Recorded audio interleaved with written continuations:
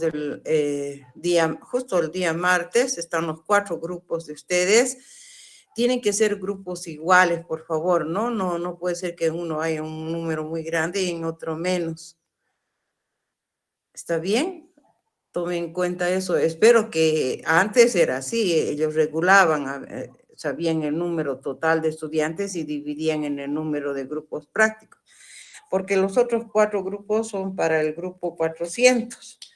Y así más o menos hay un equilibrio. Pensé que este año ustedes eran un poquito, siempre han sido menos que el 410, pero parece que este año son numerosas también ustedes. Bueno, seguramente ya va a haber oportunidad en que nos conozcamos en vivo. Y bueno, le comentaba a tu representante que gentilmente hemos hablado, Rocío, que estas primeras prácticas podemos tranquilamente pasarlas vía web, si los cursos son, digamos, virtuales, no hay mucho problema porque son ejercicios. Pero ya la segunda parte, ojalá Dios quiera que ya se arregle esta situación tan difícil que estamos atravesando, o si no, veremos la forma de tener días exclusivos para hacer pues las prácticas, porque ya es algo que tenemos que hacer en el laboratorio. Ustedes van a aprender a hacer todos los análisis de composición nutricional en el laboratorio. Entonces, ahí vamos a ver cómo se da la situación, ¿no? Creo que siguen evaluando en el consejo cómo van a ser las clases. Hay clases que sí obligatoriamente, bueno, de preferencia deberían ser presenciales, ¿no? Pero quiero ponerme en la situación de algunos de ustedes, e incluso el mío propio, porque yo vivo al final de Tiquipaya comenzando a Pote y realmente es una penuria cargar gasolina. Muchas veces no, como ya me ha ocurrido 2 veces haciendo cola, se acababa antes de que yo llegue al lugar, a la gasolina, y me he quedado sin esa opción. Entonces, a no ser que el horario lo recorramos de tal manera que yo pueda comenzar la clase en el segundo grupo y atrasarme un poco más hacia atrás, podría ser una solución, no sé, voy a ver. Pero creo que ya estamos la mayoría, espero, aunque voy a sacar una foto para tomar en cuenta su asistencia. Me dicen que son más de 100, pero aquí solo hay 57, porque conmigo son 58.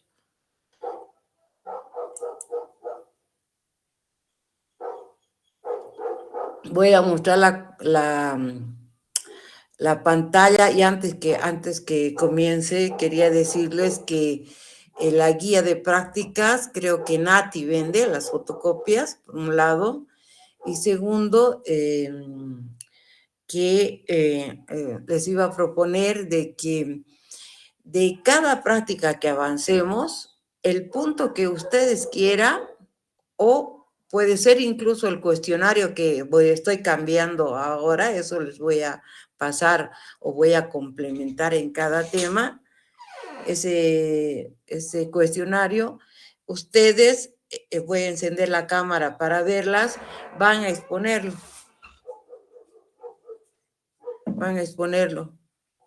¿Cómo está mi papá? Ya. Chao. Cerra la puerta, por favor. Ay, disculpen, chicas.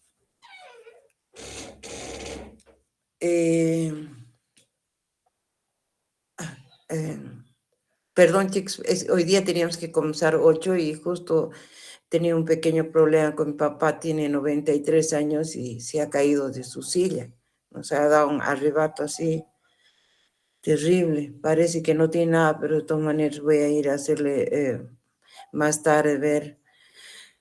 Le vamos a llevar al médico porque como son tan viejitos, son frágiles a esa edad. Eso ha sido el motivo por lo que no hemos entrado a tiempo. No ha sido que otra cosa, jóvenes. Bien, siguiendo, les decía de que cada uno de ustedes va a tener sobre, ahora por lo menos esta primera experiencia, sobre 20 puntos que pueden ganarse con una participación mínima de 5 veces para ganarse los 20 puntos de cualquier aspecto que ustedes quieran complementar sobre el tema, que les ha parecido interesante, pero han investigado en el libro que ustedes quieran, en internet, donde sea, y lo compartan con todos nosotros. La cuestión es que vayamos construyendo y mejorando el tema a través de la revisión bibliográfica. Claro que me van a decir, esta es la fuente de donde he obtenido el dato, para que yo pueda tener acceso, además de que más o menos tantos años de tener experiencia en la materia, también conozco el tema y posiblemente, no sé si todo, pero algo voy a recordar dónde está esa parte. ¿Están de acuerdo? ¿Checks o no me escuchan? Sí, doctora. Ah, ya.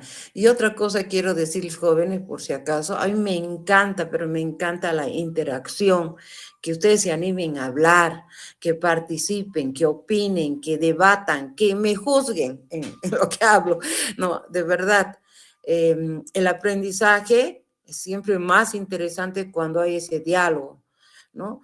Porque lastimosamente en la facultad, creo que es uno de nuestros grandes errores como docentes, es que los hemos vuelto medio memorísticos, parecen un tacho con su agujerito donde nosotros metemos insumos que yo les aseguro que hasta de repente un poco desactualizados, y ustedes tratan de repetir lo mismo. No, esa no es la dinámica. La dinámica es cuestionarnos, es tratar de aplicar lo que estamos, es entender lo que estamos viendo, es que se quede en nuestra cabeza.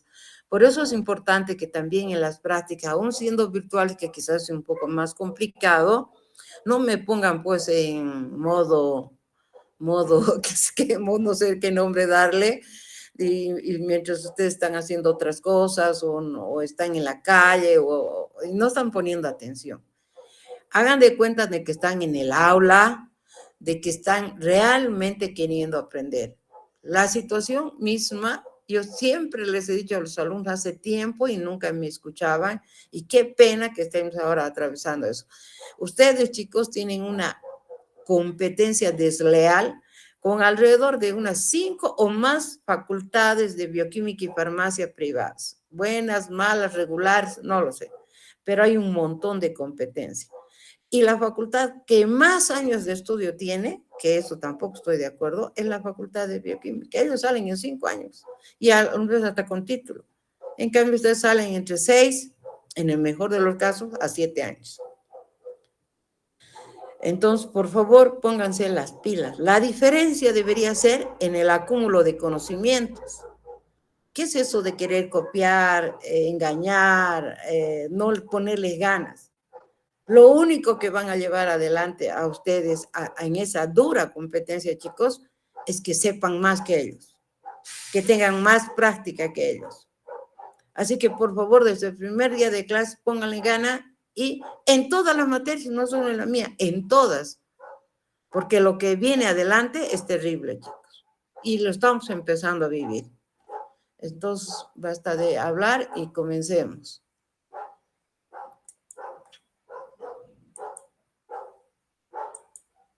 ¿Se ve la presentación? No, doctora. Bueno, todavía no, doctora. No se ve. Ya, entonces, algo no es. Aquí está. Ahora sí. ¿Ahora o todavía? Todavía no. Me estoy olvidando. Doctora. ¿Ahora? Ahora sí. Ya. Okay. Bueno, el tema número 1 de las prácticas es valoración del estado nutricional. Ahí ustedes tienen los objetivos de esta práctica, que es identificar cuál es el papel de la valoración nutricional, y además, dentro de este aspecto, comprenden también los diferentes conceptos y modelos para medir la composición corporal. Pero quizás aquí falta un objetivo que antes de valorar el estado nutricional, primero tenemos que conocer qué es estado nutricional. Aquí está como marco teórico, pero debería ser también un objetivo, ¿no? Les voy a explicar este concepto en ustedes mismas. ¿Qué es el estado nutricional de cada una de ustedes? A ver, primero, quizás cierren sus ojos recordando en su mente cómo son ustedes. Si son altas, si son bajitas, si están gorditas, si están muy delgadas, si están extremadamente gorditas, etcétera, etcétera. Cada uno de ustedes haga una revisión de eso, ¿no? Y cómo se sienten incluso. Y además, paralelo a ese ejercicio que espero estén haciendo en este momento, piensen también, primero, lo que les acabo de decir. Y segundo, ¿qué comen? ¿Realmente se alimentan bien? ¿Ponen interés en en la alimentación como un factor importante para su salud? ¿O comen por comer? Porque muchas veces ocurre eso. Tomamos desayunos autómatas, almorzamos lo que nos preparan en la casa, muchas veces picamos cosas que no deberíamos porque tenemos ansiedad, en las noches seguimos comiendo, no reflexionamos en la importancia que tiene el acto de nutrir, así debería ser, nuestro cuerpo, ¿no? A ver, les daré unos 2 minutitos para que hagan eso.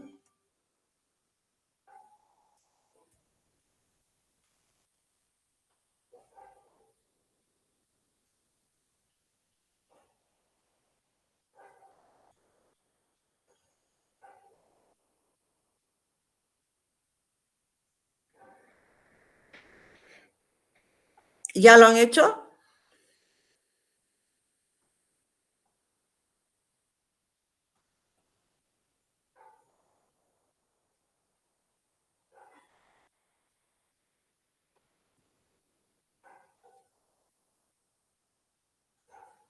Jóvenes,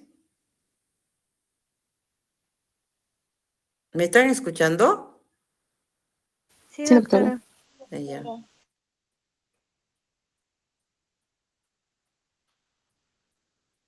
Quizás van a necesitar mucho más tiempo, pero por lo menos un ensayo así general, así un flash de lo que acabo de pedirles en estos dos aspectos. Saben que, aunque ustedes no crean, de repente casi nunca lo han hecho. Solo nos miramos por afuera en el espejo. Nos pintamos, nos arreglamos para tratar de mejorar supuestamente nosotros. Pero en realidad, pensando en nuestra salud, viendo que de repente la manifestación de granos, de manchas, o mi delgadez o mi gordura puede ser el inicio de después de acarrear alguna patología, alguna enfermedad, no lo hacemos.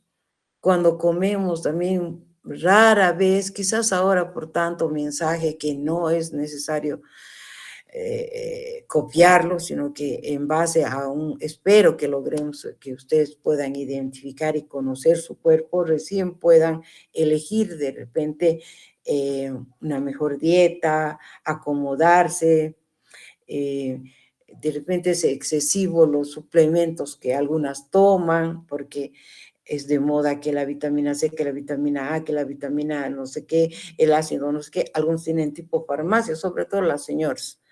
Creen que esa es la solución, cuando de repente hasta empeoremos, ¿no?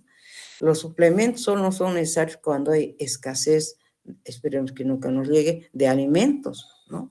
Pero la primera opción siempre van a ser los alimentos, porque ese entramado que tiene el alimento es otros componentes, además de determinada vitamina, mejora la asimilación, es natural, el cuerpo lo reconoce más fácilmente, lo capta más fácilmente que una tableta. Por eso, si ustedes son observadores y de repente están viendo también en farmacología, sobre todo en ese campo, son dosis excesivas, porque no todo se asimila. No es lo mismo que una fuente natural. Entonces, todas esas cosas espero, porque nosotros no llevamos dietoterapia, nuestra nutrición es diferente. ¿Y han llevado el tema número 1 de nutrición? En teoría. No, doctora. Sí, ¿Qué no? hacemos. ¿Hicieron? Ya Solo saben una qué es. introducción, doctora. Todavía no. Ah, Solamente era una clase de presentación. ya, porque es importante que sepan diferenciar los conceptos, ¿no? Para empezar, nutrición, ¿qué es nutrición? No voy a dar la clase, ¿no? Pero en resumen, es todos los procesos que ocurren al alimento dentro de nuestro organismo, ¿no?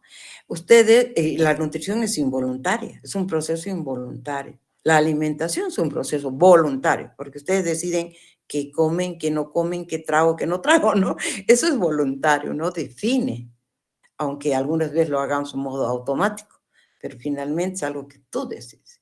En cambio, la nutrición, te pasaste un chocolate y no puedes decir, por favor, chocolate, no me engordes.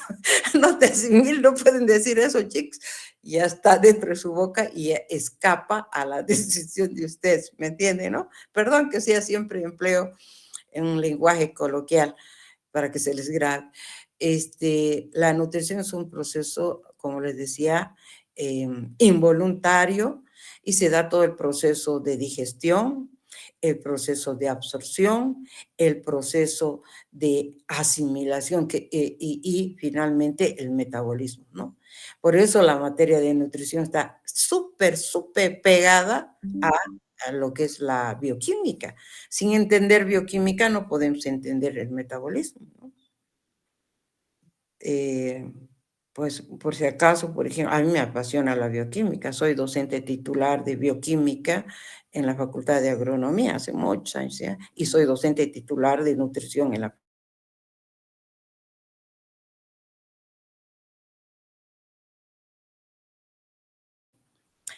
Tengo exceso de horas. Entonces, esa es la nutrición, tienen que tenerlo clarísimo. Entonces, todos esos procesos de digestión, asimilación, metabolismo y excreción inclusive, eso se llama nutrición. En cambio, la alimentación es otro fenómeno.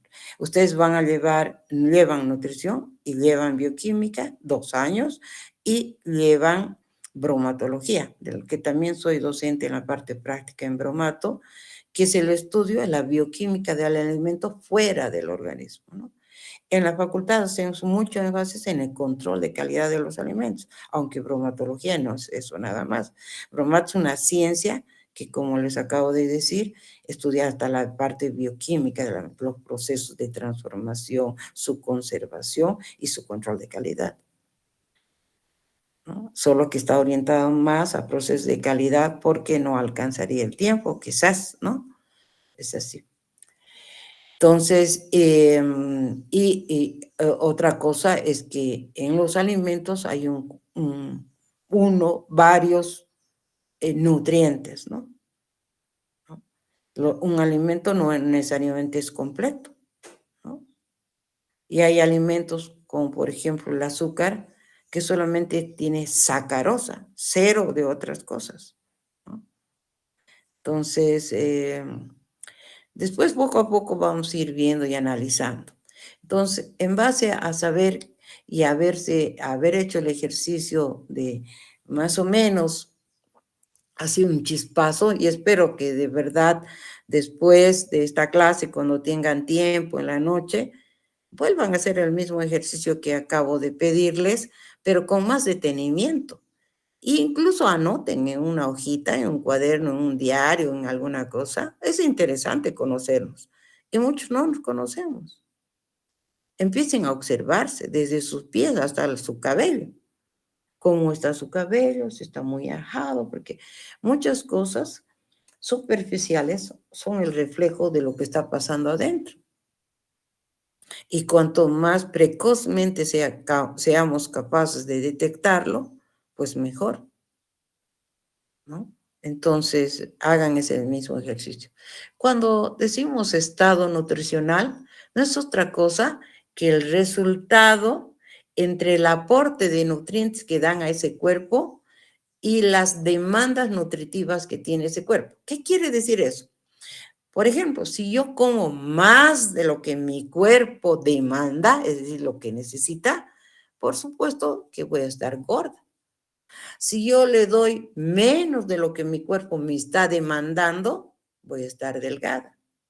Aunque existan otros factores también que contribuyen a eso, pero en lo grosso, en lo grande, esto define el estado nutricional. No es mentira que Aristóteles, por ejemplo, decía, eres lo que comes, ¿no? Que el alimento sea tu medicina y tu medicina sea tu alimento, también es otra frase de Aristóteles. Y tenía razón, ¿no? Aunque después les voy a ir introduciendo en otros factores, pero ahora ese es el estado nutricional, si leemos ahora lo que dice aquí, el estado nutricional de un individuo o individuos es el resultado entre el aporte nutricional que recibe y las demandas nutritivas del mismo, necesarias para permitir la utilización de los nutrientes, mantener las reservas, compensar las pérdidas, ¿no?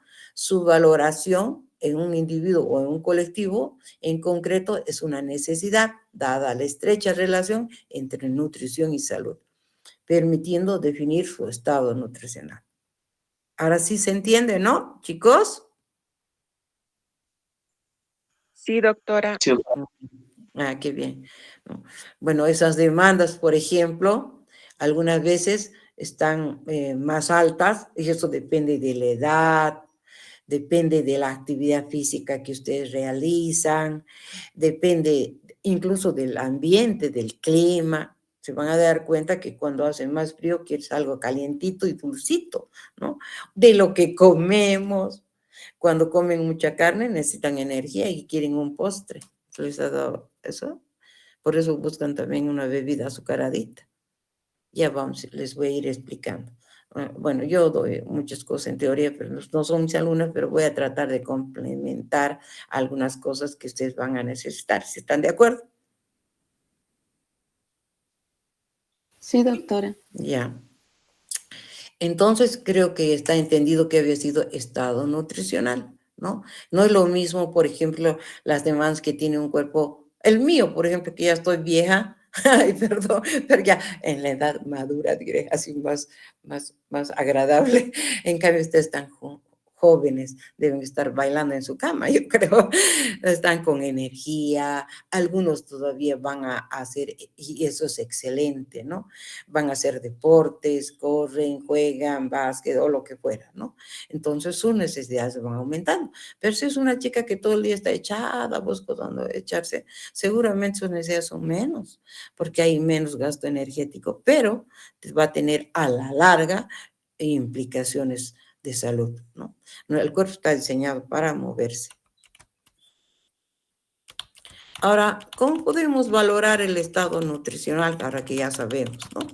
Es una información que en realidad la valoración nutricional no solamente se hace en el individuo individual, sino se hace en colectivos para crear políticas, decisiones incluso, digamos, departamentales o nacionales, para dar a conocer cuál es nuestro estado nutricional como país o como región, ¿no?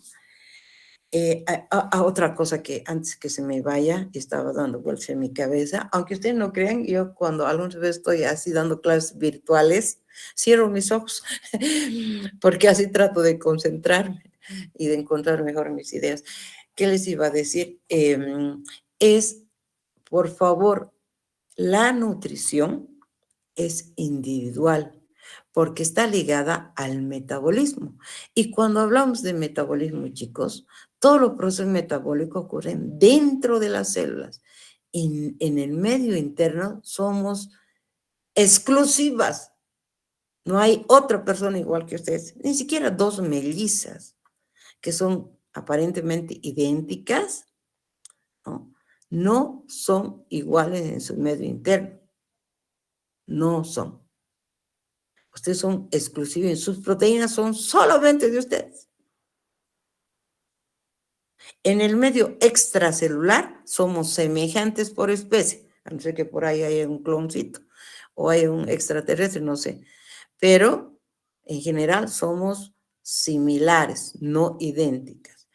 A eso, gracias a esa, entre comillas, similitud como especie, es que podemos tener parámetros, podemos utilizar técnicas que valoren en las enzimas, en los líquidos extracelulares, parámetros como glucosa, como colesterol, ácido úrico, etcétera, etcétera, que se hacen pruebas en análisis clínico. Pero en el medio intracelular somos exclusivísimas. Eso no se olviden nunca. Y el metabolismo ocurre dentro de la célula y es propio de ustedes. Sus proteínas son únicas. ¿Está claro? ¿Sabían eso? ¿Están así? Seguro que sabían, solo que no se daban cuenta. Ahora bien, cuando estamos valorando el estado nutricional, en general, cuando queremos valorar los estados nutricionales de grupos enormes, como puede ser una provincia, un departamento o a nivel nacional, generalmente utilizamos informes así grandes también, ¿no? Y pueden ser, por ejemplo, bueno, antes de decirlo, también no solo sirven para ver el estado nutricional, sino para también determinar cuáles son las causas que están provocando, digamos, algunas deficiencias, para potenciar intereses en salud pública, para mejorar, para ver el consumo de alimentos que tiene nuestra población, etcétera, etcétera, ¿no? Porque no todas las poblaciones, en general, hasta como país, tenemos ciertas costumbres alimentarias que no tienen otras regiones. Y en base a eso, incluso los valores de algunos elementos de composición, por ejemplo, el nivel de colesterol en los bolivianos, en general, aunque no estén enfermos, son ligeramente más altos que en poblaciones, por ejemplo, indias, de la India, porque en la India son vegetarianos, comen mucho más verduras, entonces sus niveles de colesterol de población son más bajos. En cambio aquí, en general, digo, en general, no es exclusivo, sobre todo en la población citadina, no hay comida sin carne, ¿no? Entonces nuestros niveles de colesterol son más altos promedio que en otras poblaciones donde no es frecuente ni es tan diario el consumo de carnes. ¿Me entienden, no? Entonces, estos estudios de valoración nutricionales y demás pueden darnos pautas también para eso. ¿Qué utilizamos? Se llaman datos indirectos, ¿no? Ahí están, por ejemplo, datos agrarios, ahí indican producción, grado de tecnología agroalimentaria, etcétera. Datos socioeconómicos, porque en un país donde no hay producción, donde no hay alimentos, usted cree que se alimentan bien, incluso en las regiones. No es lo mismo, por ejemplo, un campesino del Valle, cochabambino, y un campesino de Oruro en el cerro más alto, donde casi no hay alimentos. ¿Sí o no, jóvenes? ¿O creen que igual come? Doctora. No, No, doctora, va variando. va variando, pero la disponibilidad, la leche, siempre va a haber por ahí una vaquita, hay huevos, hay gallinas, pero hay en la montaña, con el frío, con una tierra llena de piedras. Es muy difícil cultivar y demás. No digo que sea imposible, pero va a variar. Los datos socioeconómicos, ¿no? Eso también es increíble, porque no es lo mismo un hogar con 10 personas, en el otro pueden ser 10, pero el papá gana, por decirles, 15,000 bolivianos en un lado y en el otro gana el sueldo mínimo vital, 2,500, ¿dónde creen que comen mejor? Esos 10, donde hay más plata, porque tendrá acceso a comprar más comida, ¿no? Entonces, los datos socioeconómicos es importante y también refleja el comercio, la distribución, las técnicas de conservación de alimentos, etcétera, etcétera. Porque en algunas casas hasta sobra y en algunas casas hasta echan a perder. Yo creo que ahora nos debe llamar a la reflexión, los que tienen mucho, por favor, nada echen a perder, porque hay gente que no tiene que comer. Ayuden a esa gente. Las estadísticas de sanidad en un país, mortalidad, prevalencia de enfermedades, números de fallecimiento en menores de 5 años, principales enfermedades, por eso dice prevalencia de enfermedades, qué enfermedades hay más en los niños, en los adultos, etcétera, reflejan porque siempre hemos dicho y hemos comenzado a decir que nutrición y salud van de la mano. Entonces, en países donde los niveles de nutrición no son adecuados, pues por supuesto que hay mayor número de enfermos y de posibles muertos también, ¿no? Entonces, a través de todo eso, los niveles de educación, que aquí no está, cuanto la persona tiene mayor grado de conocimiento, pues de algún modo, espero que también ustedes, ahora que están llevando incluso la materia, en algo cambien al final de la materia, que valoren más algunos alimentos que no miraban muy bien o pasaban de largo, disminuyen el consumo de algunos que eran sus preferidos porque saben que no son tan buenos, etcétera, etcétera, ¿no? No es lo mismo, por ejemplo, en una encuesta alimentaria a una señora del campo decirle cuántos ml o cuántos gramos de no sé qué comer, no. ¿Qué será? Ml, te dirá. En cambio, a una persona de salud, a una enfermera con ml, al tiro te va a responder, o sea, ¿qué es ml? ¿No? Incluso la forma de hablar, expresarnos, de acercarnos a grupos de población cuando hacemos algún tipo de trabajo en este campo, tiene que ser bien ubicado, ¿no? Tendré que llegar hay diferentes tipos de encuestas alimentarias. Emplearé pues la más adecuada para ese grupo etario. Si es niño, si son señoras de la cancha, si son campesinos, si son personal de salud, etcétera, etcétera, según el nivel de educación también. Entonces, eso también ahí falta ese aspecto, la parte de educación, que es muy importante. Bueno, esos serían los métodos, entre comillas, indirectos, porque eso es lo que mostramos al mundo, por ejemplo, los niveles de salud, los niveles de ingresos económicos, los niveles de educación, más o menos ayudan a definir el estado nutricional de Bolivia, así en grande, ¿no? Sí. Puede no ser tan cierto porque algunas veces los gobiernos acomodan esos datos o pueden ser realmente ciertos, no lo sé.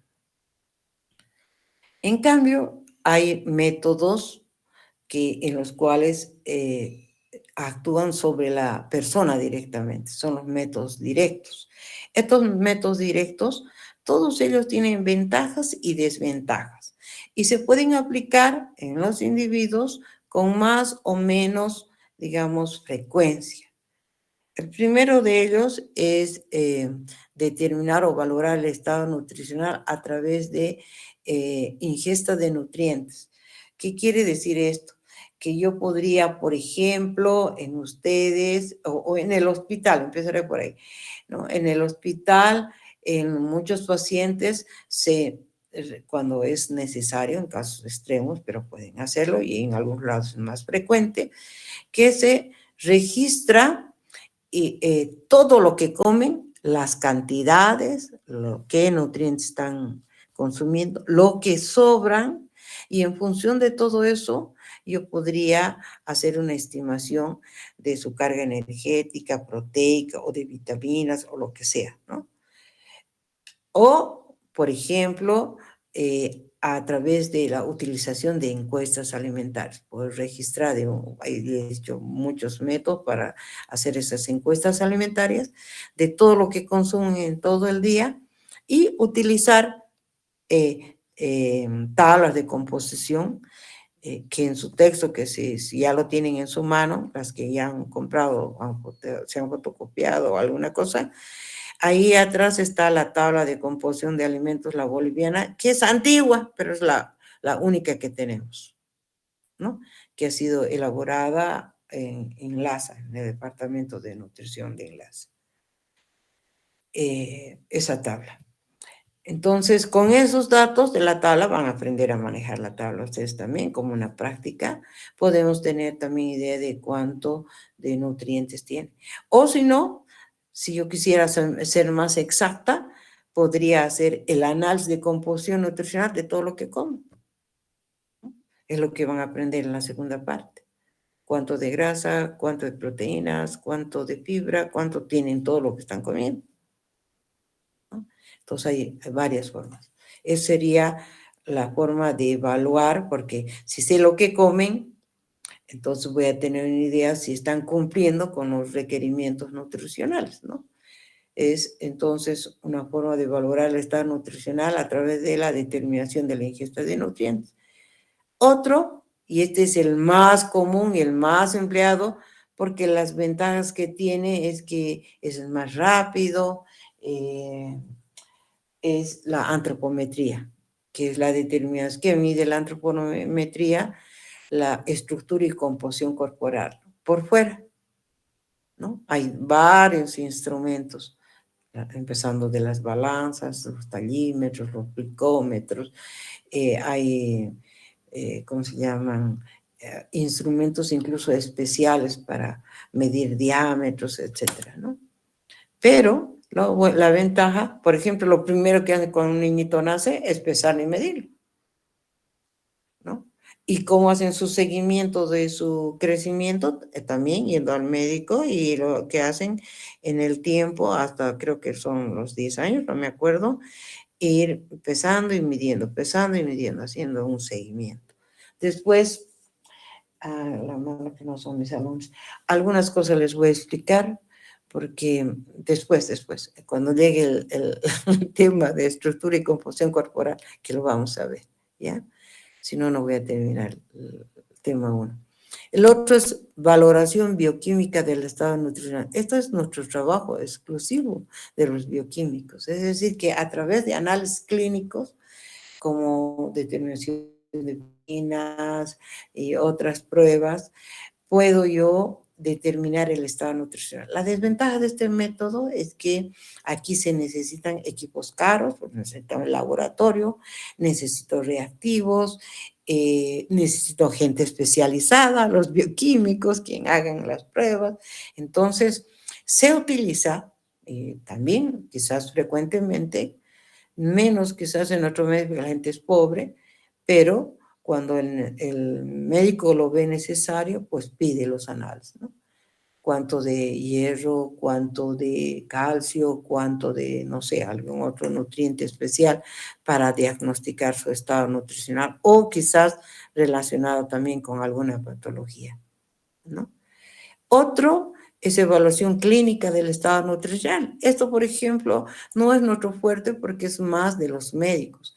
Los médicos, a través de estudios de amnesia, es decir, ven cómo es la textura de tu piel, el color de tus ojos, miran la retina, miran el cabello, etcétera, etcétera.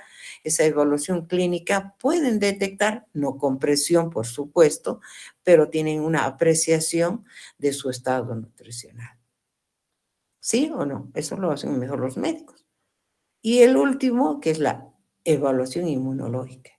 Justamente yo, a raíz de un trabajo inicial, mi primer trabajo, bueno, el segundo trabajo, fue, y de esta manera también ingresé a la facultad como docente de nutrición a través de un examen.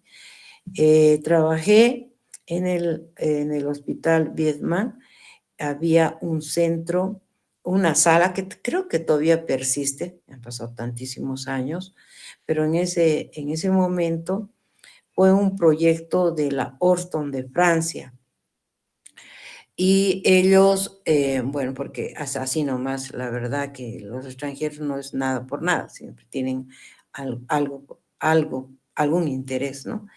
Ellos en Francia, en la Orston, que es un centro de investigación de alto nivel, habían desarrollado una hormona tímica y querían y pretendían ver, probar qué tal era esa hormona tímica que habían desarrollado ellos. Claro, no podían probar en seres humanos, por supuesto, pero necesitaban sangre de estos niños.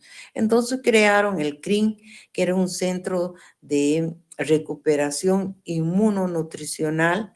Sabemos que el estado inmunológico está ligado, pegado a la nutrición.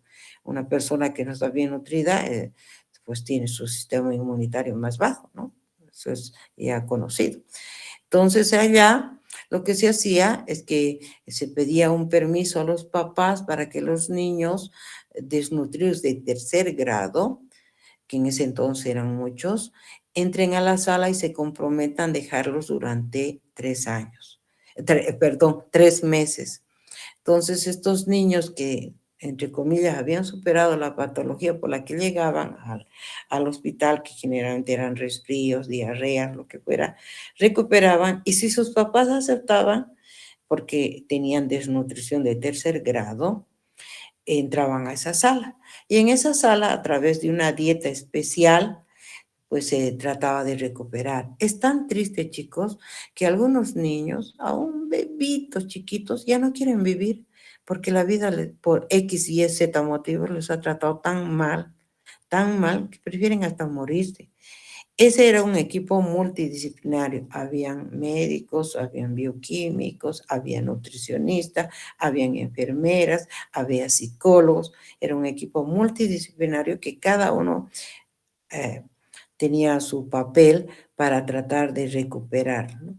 Y ahí se les daba, de acuerdo a su grado, a su edad, una dieta, se dividía en 3 líneas, una dieta de bombeo, una dieta, una primera, perdón, no era la de bombeo, la del medio, la primera de inducción nuevamente a la alimentación, la de bombeo porque le daban más de lo que necesitaba, y otra de transición para que se parezca más a la dieta que posiblemente iban a seguir en su casa. Y también había una especie de capacitación a la familia, ¿no? Para que mejore ese estado. Pero es bien triste, chicos, no saben lo grave que es. Y yo como bioquímica, ahí con otra docente que trabaja en medicina, que es la doctora Lourdes Salles, que es una investigadora de alto nivel, está en medicina, éramos los que encargados de realizar el recuento de linfocitos inmaduros en la sangre. Los niños, cuando son desnutridos, dependiendo de su grado, en este grado, en tercer grado, uno, que el timo casi lo tenían atrofiado, eso veía el médico, que era el encargado de hacer la tomografía de seguimiento del timo, pero como el timo estaba, digamos, atrofiado, lanzaba a la sangre linfocitos inmaduros y esos linfocitos inmaduros pues no protegían a ese cuerpo. Por eso es que penden de un hilo los desnutridos, se enferman de todo y se van al cielo, ¿no? Se mueren. Entonces, ellos medíamos cómo la nutrición, si tenía relación con la recuperación y en qué tiempo se recuperaba su sistema inmunitario, ¿no? En esos 3 meses, si llegaba al 100% de recuperación, ¿no? Etcétera, etcétera. Entonces, ese que era una técnica que ellos, los franceses, nos enseñaron, se hacía en microscopio de inmunofluorescencia el recuento de los linfocitos. No sé si aquí en inmunología ven esas técnicas, no lo sé, ¿no? Y ese fue mi primer trabajo. De ahí es que me enteré de que en la facultad, al año de yo haber egresado, la docente de nutrición se estaba jubilando y el francés Felipe Chevalier se llamaba, me dice, pero Teresa, anda a tu facultad, preséntate. Y me acerqué y me acuerdo que el decano de ese entonces me dice, no, aquí ya hay nombre y apellido, pero tú eres todavía muy joven para pretender ser docente, nunca me olvido. Pero tenía experiencia de haber sido auxiliar, todas las químicas he dado en la facultad de auxiliar cuando era estudiante. Pero no quería que me presente. Le digo, pero doctor, no está prohibido, me voy a presentar.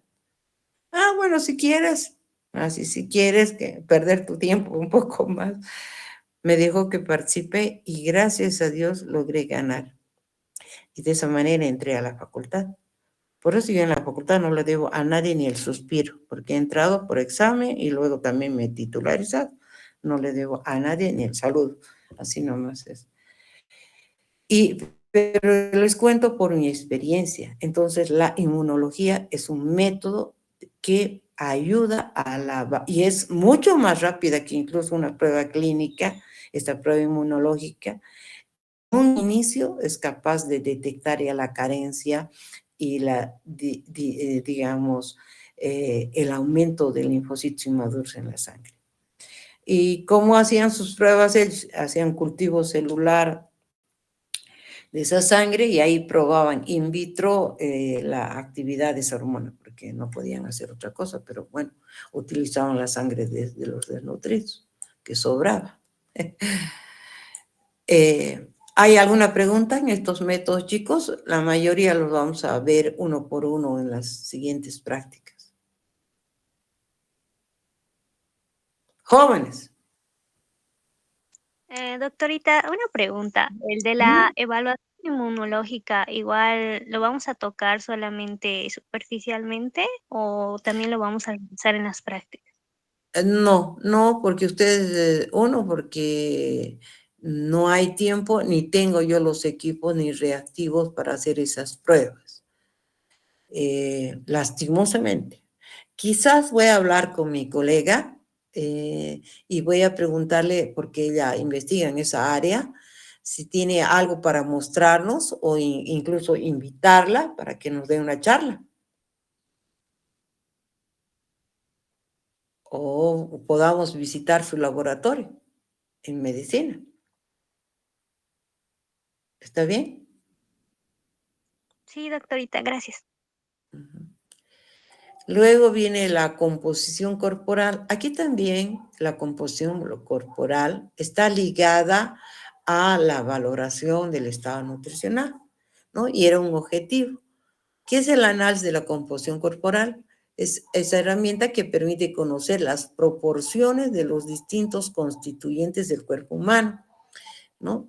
Su estudio resulta imprescindible, dice, para comprender el efecto que tiene la dieta, el proceso de crecimiento, la actividad física, la enfermedad y otros factores del entorno sobre el organismo. Así que el análisis de composición corporal es importante. Por ejemplo, para que tengan idea de lo que estoy hablando, ya de rutina las personas mayores de 50 años que nos hacen un análisis de densitometría ósea, por ejemplo. ¿Cuánto de materia ósea tengo? ¿No? Y es común. En los deportistas, la medición de la grasa localizada o la grasa total en un cuerpo es normal. Porque, por si acaso, más grasa en el cuerpo, menos agua, menos rendimiento. Así nomás es. Después les voy a hacer reír cuando veamos un poco más en detalle algunas cosas. Por ejemplo, ¿por qué creen que las mujeres somos más curvilíneas, tenemos más grasita en determinados lugares? ¿Por qué creen? ¿Y por qué? ¿Por qué? A ver, primero antes de que me acelere. ¿Alguien sabe?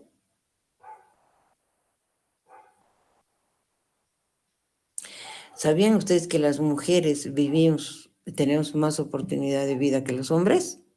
A ver, vean las tasas. Podría ser un objeto de su tarea que tienen de 5 mínimo posibilidades de investigación, algo que les esté pareciendo interesante del tema para la próxima clase y ya les voy a pedir esas tareas.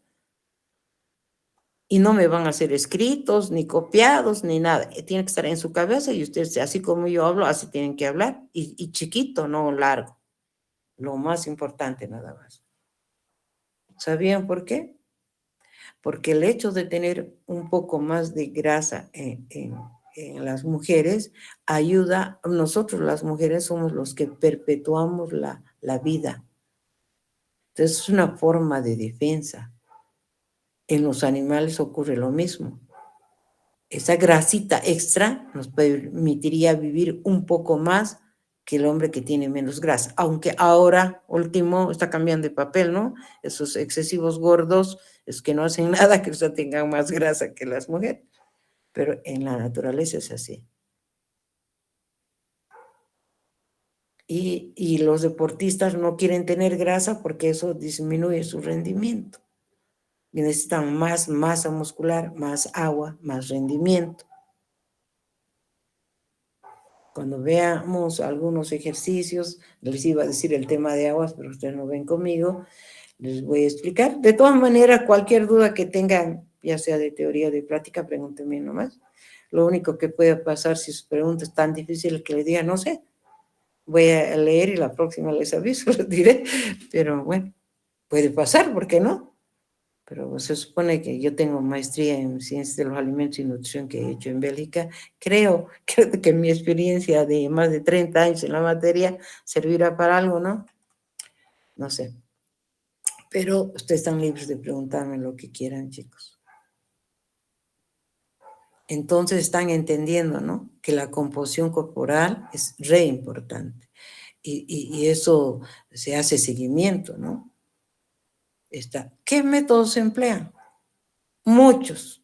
Y aquí entran muchos instrumentos también. Muchas veces, y la mayoría de las veces, para estudiar la composición corporal se pueden hacer a diferentes niveles. Por ejemplo, a nivel atómico, a nivel molecular, a nivel celular, a nivel de tejidos, de sustancias o de todo el cuerpo, dependiendo. Claro que es más difícil estudiar a nivel atómico, a nivel molecular, a nivel celular, que es más fácil, es esta otra parte, ¿no? Pero todos dependiendo del interés del estudio, del objeto de estudio.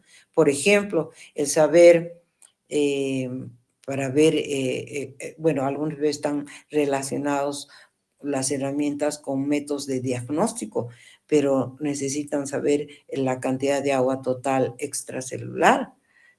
Usan isótopos para eso.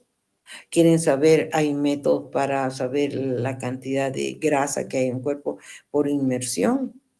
Y así hay muchas cosas, ¿no? El estudio de la composición corporal a nivel molecular puede hacerse agrupando las moléculas que comparten diversas características en compartimentos separados. Este hecho ha hecho que aparezcan modelos de compartimentales. ¿A qué se refiere? Con los ejemplos es mejor la explicación. Por ejemplo, algunas veces se divide el cuerpo en dos compartimentos, ¿no? Que sería la masa grasa y la masa libre de grasa, o masa magra también se llama, ¿no? Que es lo mismo, masa grasa y masa magra, ¿no? Estas son las abreviaciones. Este es un método para ver. Se diferencia en lo que el primer modelo MG incluye todos los lípidos que son extraíbles con un solvente, tanto el tejido graso como de otros tejidos. En la denominación LBM se incluye una pequeña cantidad de lípidos estructurales, por ejemplo, los que forman parte de la membrana. La diferencia en LBM y MG. Otros estudian dividiendo al cuerpo en tres compartimentos: masa, grasa, agua y el resto sólidos. Otro en 4, masa, grasa, agua, proteínas y minerales. Otro en 5, grasa, agua, proteínas, glucógeno y minerales. Otros en 6, grasa, agua, proteínas, glucógeno, mineral óseo y mineral no óseo. Porque hay minerales no óseos, cobre, zinc, aunque trazas de esos de repente también forman parte de la hidroxiapatita, el zinc, por ejemplo, o el magnesio. Pero también hay otros minerales que posiblemente no estén formando parte de la hidroxiapatita, que así se llama la masa ósea, dientes y huesos, y que estén en el cuerpo. Se cree que los mismos minerales que están en la naturaleza están en nuestro cuerpo. Y debe ser. No hace muchos años que, bueno, digo, entre comillas, no muchos, hablando de unos 50 o 70 años atrás, es que se sabe ya a cabalidad cuál es el papel que que desempeña el cobre, por ejemplo. Ahora hay hasta tabletas de cobre, porque a algunos se le ocurre consumir cobre porque sabe que está ligado al metabolismo de la glucosa. ¿Mm? Hay que tener cuenta. Ahora, por ejemplo, ya a través de los estudios que hacen de los cuerpos con métodos más modernos, se ha visto que hay trazas de oro. Ahora, el papel que vayan a cumplir no se sabe todavía. Entonces, no está como nutrientes esenciales en nuestro cuerpo, ¿no?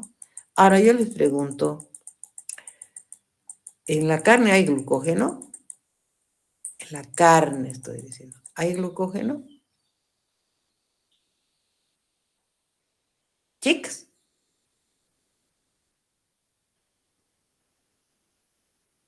¿hay o no hay? Rapidito, sin preguntarle a su teléfono, ¿hay o no hay? Hay. No. No, no, no, no. Porque eso van a ver adelante con detenimiento. Cuando estamos vivos, sí, pero eso no se llama carne, se llama músculo. En nuestros órganos, en muchos órganos, en el hígado y demás, hay glucógeno. Es nuestro almacén de la glucosa. Pero cuando un animal muere para volverse carne, una vaca, dependiendo del tipo de carne, si es carne roja, si es carne blanca, va a variar el tiempo de dos procesos bioquímicos que se dan de transformación, que es el rigor mortis y la maduración enzimática. ¿Han tocado cómo de duro se pone un muerto después de unas horas, unas 10 horas?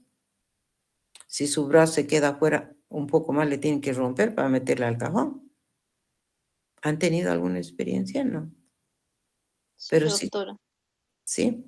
Y quizás algunos de ustedes también han tenido experiencia de matar una gallina.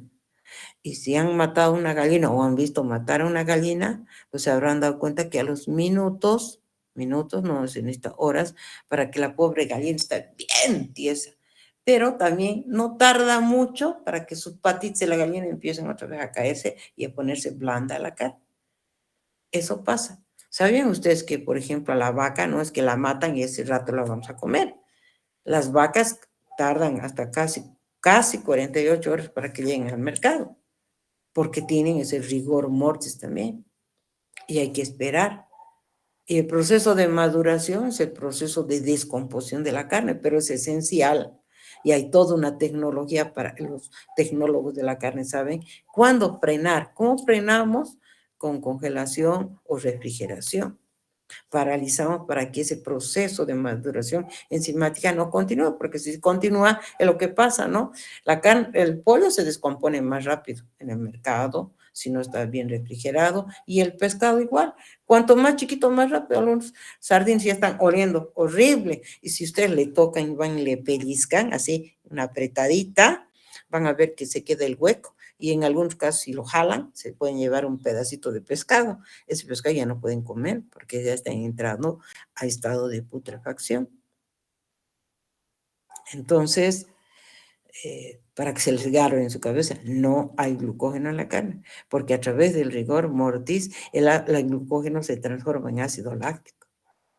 En ese proceso de rigor mortis, sea cortito, largo, que depende si es carne blanca, carne roja, del tamaño del animal, ahí el pH baja, se hace más ácido, la carne está rígida y es dura y es menos brillante. Durante el proceso de maduración enzimática, en el inicio, el pH empieza a subir, cuando llegan a un pH determinado de un 6,5, 7, se paraliza, porque si no podría continuar y podrirse, ¿no? Entonces se paraliza eso el mayor tiempo posible para que nosotros podamos comer, pero en ese caso ya no hay glucógeno. Quizás hay glucógeno en un hígado fresquito o trazas todavía quizás de hígado en un fresquito. Por ejemplo, en mis prácticas de bioquímica, hace tantos años, no sé por qué ahora no hacen, hacíamos y cuantificábamos justamente, hacíamos una curva de seguimiento, un espectrofotómetro, la degradación del glucógeno en hígado de rata o en hígado de conejo, ¿no? Y se podía ver cómo iba decayendo los niveles de glucógeno a medida que pasaba el tiempo. No es difícil esa práctica. En bioquímica hacíamos nosotros. Entonces, es así, que se quede en su cabeza bien, bien, bien, bien, bien, bien. En el fondo, no se olviden nunca, al año van a ver seguro en bromato. ¿Sabían eso?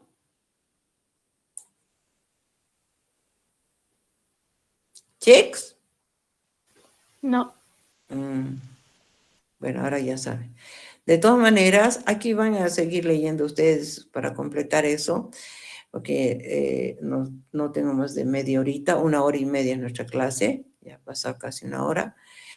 Es que justamente para medir la composición corporal, que han visto que no es tan fácil, se emplean sobre todo, y ha aumentado mucho, cada día es mejor esta parte, porque aparecen y aparecen y aparecen equipos más y más sofisticados que nos permiten estudiando estando vivos, porque antiguamente, la forma en que realmente vieron y todavía ahora se estudia, pero más con fines más de investigación, es los cadáveres, porque no había otra. ¿Cómo iban a vernos por dentro si no habían máquinas hace muchos años o siglos? Pues tenían que abrir, cuando se morían les abrían y ahí veían, este el hígado, este tal cosa, esta sí, esta así, y es el inicio de la medicina, estudiándolos por dentro. Ahora se hace estudios de cadáver para ver las causas de muerte o estudios de cáncer, no sé, son temas más de investigación o en métodos toxicológicos quizás, ¿no? Entonces, pero ha avanzado muchísimo porque, por ejemplo, de lo que era, y aquí abajo está, por ejemplo, ya los métodos, van a leer las letritas que ahorita estoy impaciente, es justamente esta composición corporal, que es la grasa, no grasa, músculo, óseo, residual, piel, etcétera, etcétera, con estos métodos, y aquí están quienes han empezado con estos métodos bicompartimentales, multicompartimentales, etcétera, que después se han tratado y se han logrado estos estudios gracias a las técnicas de valoración, que son estas últimas, ¿no? Que incluso ahora ya no están aquí todas, tengo que mejorar mi texto, tengo que actualizarlo, porque ya les estoy diciendo, sí, sigue nomás como directo el anatómico, que es la disección de cadáveres, pero esto ya la finalidad no será su valoración nutricional, quizás para como un dato más, ¿no? Pero nada más. Generalmente la disección de cadáveres ahora se hace con fines investigativos, como acabo de decir, pero están todos los métodos indirectos que cada día son más y más, digamos, interesantes. Por ejemplo, me voy a dar un poquito de salto para esto, ¿no? Los de imagen. Hace no mucho tiempo que solamente había rayos X. A través de rayos X, ¿qué se podía ver? De lo que se podían ver eran los huesos, y hasta ahora se sigue usando, aunque en otros países menos, porque esas radiaciones son altamente tóxicas y no se deberían hacer con mucha frecuencia, pero es el, digamos, método más económico, la radiología convencional, y se veían algo de los órganos, se los veía, pero no con precisión. En cambio, ha surgido la tomografía axial computarizada, que nos permite ver con más nitidez los órganos, sobre todo, también los huesos, también las fracturas múltiples, con más nitidez, pero el ultrasonidos, que es un equipo que no emite tantas radiaciones dañinas, es la única herramienta que ahora se utiliza y es validada para hacer el seguimiento del feto, ¿no? Porque a diferencia de los otros no emite tanta radiación, pero aún así tampoco es aconsejado, que hay mamás fanáticas que cada semana quieren ir a mirar, ¿no? Sino estos doblemente indirectos, ¿no? La resonancia magnética nuclear, aquí no sé, no está, es ahora que ves los órganos no solamente en sus diferentes capas o formas, sino hasta moviéndose, hay cirugías de cerebro que utilizan esas herramientas para ver con detalle o para hacer diagnósticos más finos, claro que son más caros. Después viene el TOVEC, la conductividad eléctrica corporal, el VIA, la bioimpedancia eléctrica, la reactancia a la luz infrarroja. Y de tarea, los más modernos, ustedes van a ayudarme a colocar aquí, ¿no? Que pueden ser métodos, que es uno de los puntos del trabajo práctico, pero les voy a aumentar a estos que están aquí otras preguntas más que les voy a pasar, y sobre todo no solamente buscar en bibliografía el fundamento de estos que me lo van a decir de forma oral, sino que si hay otros modernos que no están puestos aquí, pues van a contribuir al texto. ¿Alguna pregunta? ¿Chicos? Ahí están mis alumnos. A ver, Doctora, ¿sí? Sí. buenos días, doctora. Quería preguntarle en cuanto al horario. ¿Se va a pasar en este horario? Porque, bueno, hay otros que arrastramos la materia de funcional y a las 9 tenemos la práctica con el grupo 11 de funcional y es hasta las 10:30. No vamos a pasar en este horario. Voy a respetar los horarios de cada grupo, porque imagínate tantos alumnos que son ustedes, no voy a poder ni siquiera interactuar con todos ustedes con el método que estoy empleando.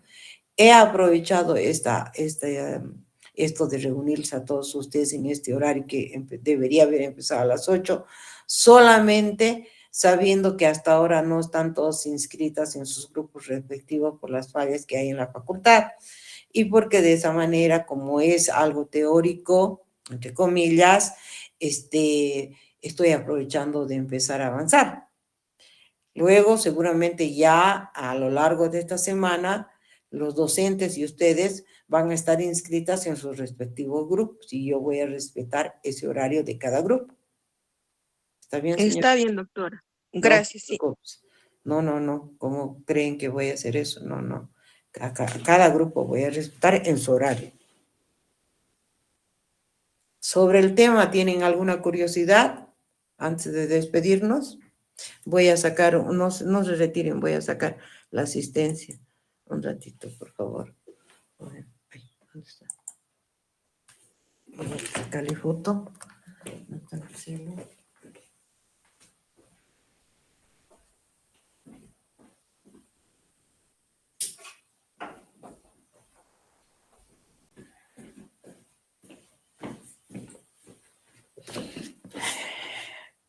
Un minutito de paciencia, por favor.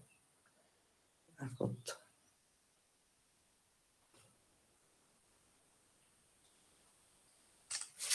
Un ratito, todavía no se sale.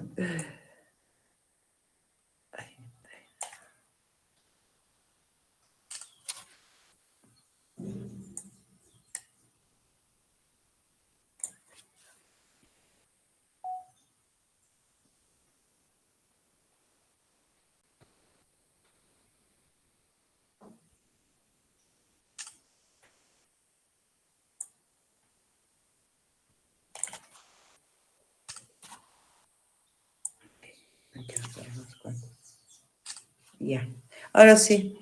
¿No hay ninguna pregunta, chicas? Bueno, la próxima yo voy a ser la que voy a preguntar entonces.